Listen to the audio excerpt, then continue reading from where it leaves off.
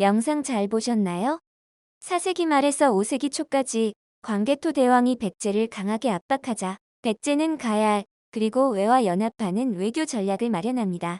그리고 가장 국가 발전 단계가 늦었던 신라를 공격합니다. 신라는 광개토 대왕에게 사신을 파견하여 이들을 물리쳐 주기를 청한 것이고요. 화면에 나오는 문장들이 바로 요청 내용으로서 광개토 대왕 능비에 남아 있습니다. 여기에서 요청의 주체인 노객은 당시 신라의 뇌물마립간을 뜻합니다. 신라는 이렇게 의기를 넘겼습니다. 그러나 외국의 군대를 요청해 도움을 받은 이상 어느 정도의 내정 간섭을 피하기는 어려웠을 것입니다. 이후 신라는 고구려의 내정 간섭을 받습니다.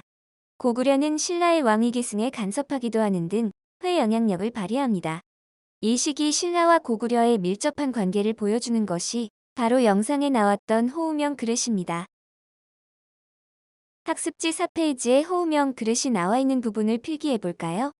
을묘년 국강산 광개토지 호태왕 호우십은 호우명 그릇 밑바닥에 새겨진 글자였습니다. 415년 무덤에 계신 광개토 대왕은 넓은 영토를 확보한 왕 중의 왕이다. 라는 뜻입니다. 그리고 고구려가 신라를 구원한 이유는 무엇이었죠? 앞선 세기 동안 한강 유역을 장악하고 한반도에서 가장 막강한 영향력을 행사하던 백제, 이러한 백제를 견제하기 위해 신라를 도운 것입니다. 이렇게 한반도 남쪽에서 고구려의 영향력이 확장되었습니다. 다음으로 장수왕의 업적을 정리해 볼까요? 장수왕은 즉위 후 남하 정책을 취합니다. 장수왕이 즉위했을 즈음에는 복잡하던 중국 북조의 여러 나라가 북위에게 제압되었고 이 북위가 상당히 강력했습니다. 때문에 광개토 대왕 때처럼 북쪽으로 영토를 확장하기는 솔직히 힘들었고 그래서 수도를 이동해가며 남부 경략에 집중하게 됩니다. 국내성에서 평양으로 수도가 이동하는 것을 필기해 주십시오. 국제관계를 나타내는 그림에서 북조와 고구려의 화살표가 파란색 친선으로 나타난 것이 이런 이유 때문입니다. 5세기 초반 잠깐의 대립 이후에는 대체로 고구려는 북조에게 순응하는 태도를 보입니다. 장수왕이 본격적으로 한반도 남쪽을 경영하기 위해 평양으로 천도하자 백제와 신라는 굉장한 압박을 받습니다. 신라도 처음에 도움을 받았을 땐 좋았지만 점차 내정 간섭에서 벗어나고 싶었을 테고요. 그래서 맺어진 것이 나제동맹입니다. 또한 백제의 계로왕은 북위에게 위와 아래에서 고구려를 함께 압박해보지 않겠냐는 외교서신도 보내봅니다. 이 요청은 받아들여지지 않았고 장수왕은 계로왕의 도발에 대응해 한성 위례성을 공격해 함락시킵니다. 계로왕은 죽었고 백제는 수도를 한성에서 웅진으로 옮깁니다. 이렇게 장수왕의 남하 정책은 성공합니다. 그런데 5세기 고구려를 둘러싼 중국 남북조와의 관계에서 다른 시기에서는 볼 수 없는 화살표가 하나 보입니다.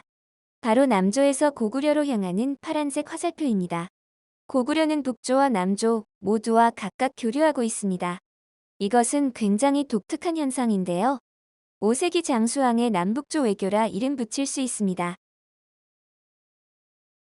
중국이 비록 남북조로 분열되어 있지만 한반도의 나라들보다 훨씬 빨리 고대 국가 단계로 진입했을 뿐 아니라 국력과 군사력 면에서 중국이 우위에 있는 것은 명확한 사실입니다.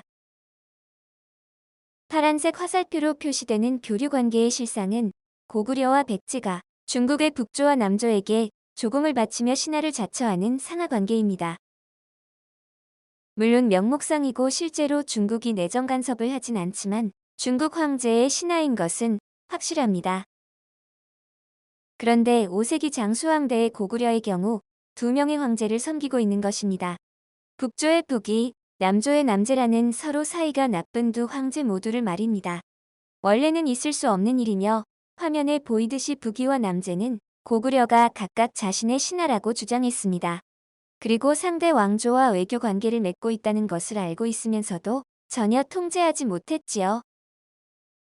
나보다 아래의 신하이긴 한데 그렇다고 무엄한 짓을 혼내러 정벌하러 가기에는 고구려의 군사력이 강했습니다. 또 고구려를 정벌하러 대규모 군사를 파견할 경우 나머지 중국 왕조에서 침략해올 수도 있으니까요.